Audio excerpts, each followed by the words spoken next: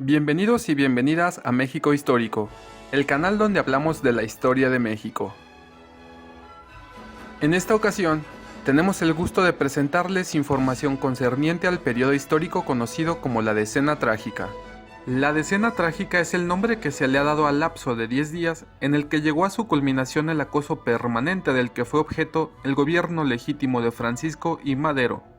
Este periodo comprende el lapso entre los días 9 al 19 de febrero de 1913. Generalmente se plantea que la vacilación de Madero en la atención de los problemas del país, sus promesas incumplidas, su negativa a reprimir a sus atacantes, el distanciamiento con Pascual Orozco, Emiliano Zapata y otros antiguos partidarios, su confianza incondicional en Victoriano Huerta y la intervención del embajador norteamericano Henry Lane Wilson fueron las causas más visibles de esta tragedia. A continuación se presenta una muy breve reseña cronológica de aquellos 10 días. El 9 de febrero, varios militares se sublevaron contra Madero y liberaron a Félix Díaz, sobrino de Porfirio Díaz, y a Bernardo Reyes, exministro porfirista, que estaban presos por insurrectos. Bernardo Reyes ejecutó un primer intento de tomar el Palacio Nacional, pero fue abatido a sus puertas, por lo que Félix Díaz y sus seguidores se apostaron en la ciudadela. En una decisión que probaría después ser equivocada, Madero designó a Victoriano Huerta, que ya estaba involucrado en la intriga, como comandante militar de la plaza en sustitución del general Lauro Villar, quien recibió una grave herida mientras lideraba la defensa del Palacio Nacional.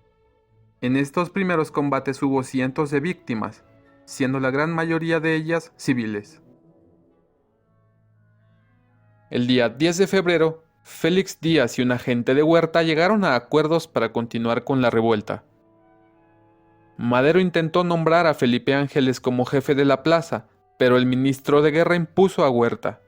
En otra mala decisión, Madero accedió.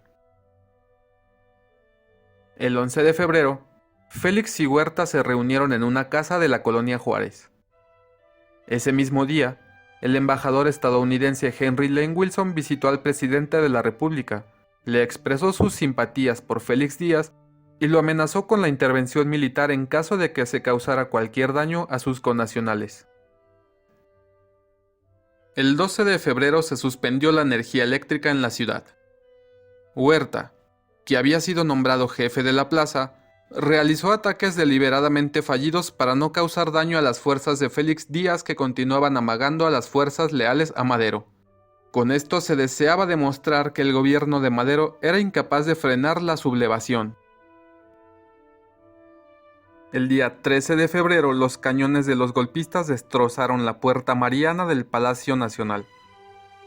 El embajador Wilson envió al presidente Taft informes alarmistas y exagerados sobre lo que estaba sucediendo para promover una intervención. El 14 de febrero, a pesar de las artimañas de Huerta, los sublevados ya se encontraban sitiados. Madero le envió una carta al presidente Taft en la que le explicaba la situación para prevenir el desembarco en Veracruz de tropas estadounidenses. El 15 de febrero, el embajador Wilson intrigó entre el cuerpo diplomático europeo, haciendo hincapié en la incompetencia de Madero para resolver el conflicto. Pedro Lascurain, quien fungía como ministro de Relaciones Exteriores, solicitó a Madero su renuncia, pero el presidente lo rechazó.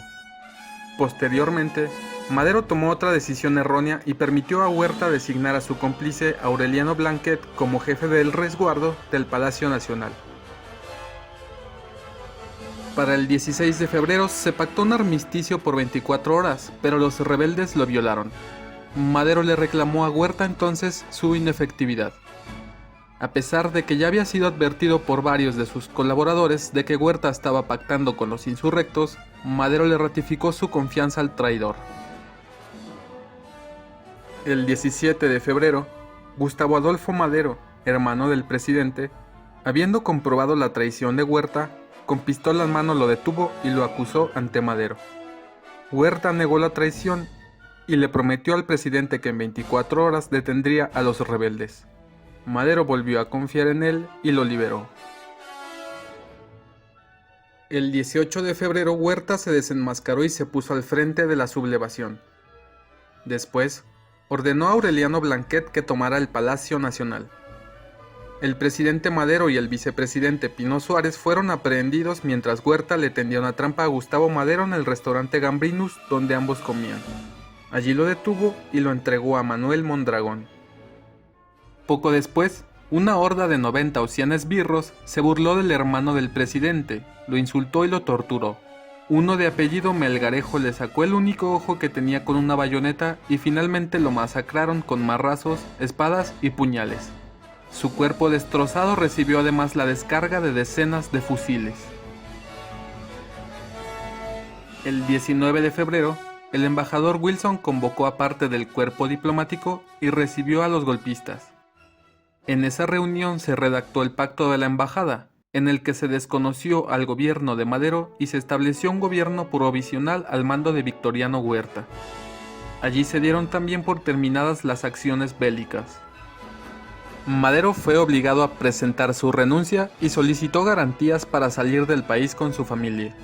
El Congreso nombró presidente a Pedro Lascurain, quien, en su único acto como gobernante, designó a Huerta como ministro de Gobernación y renunció de inmediato para que este último se convirtiera automáticamente en presidente provisional.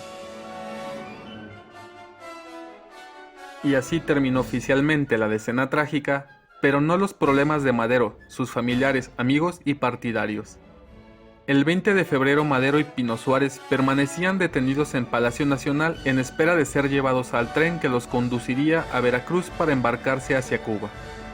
El día 21, familiares y amigos de Madero hicieron gestiones ante Wilson para que pidiera a Huerta garantías para Madero y Pino Suárez. El embajador se negó aduciendo que como diplomático no podía intervenir en los asuntos internos del país. Finalmente, el día 22 de febrero Félix Díaz, Manuel Mondragón, Aureliano Blanquet y Victoriano Huerta acordaron deshacerse de Madero y Pino Suárez.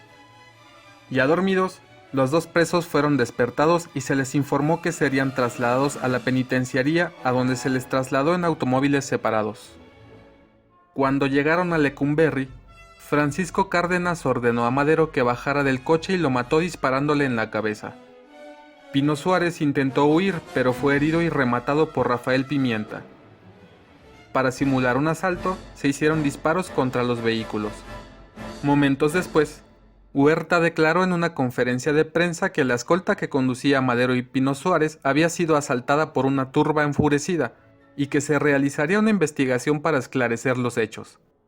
Los asesinos fueron recompensados con el pago de 18,000 pesos. Eso ha sido todo por esta ocasión. Esperamos que el pedacito de historia contenido en este video les haya resultado interesante y entretenido. Les recordamos que si les gustaría tener acceso a más contenido acerca de la historia de México, les invitamos a suscribirse.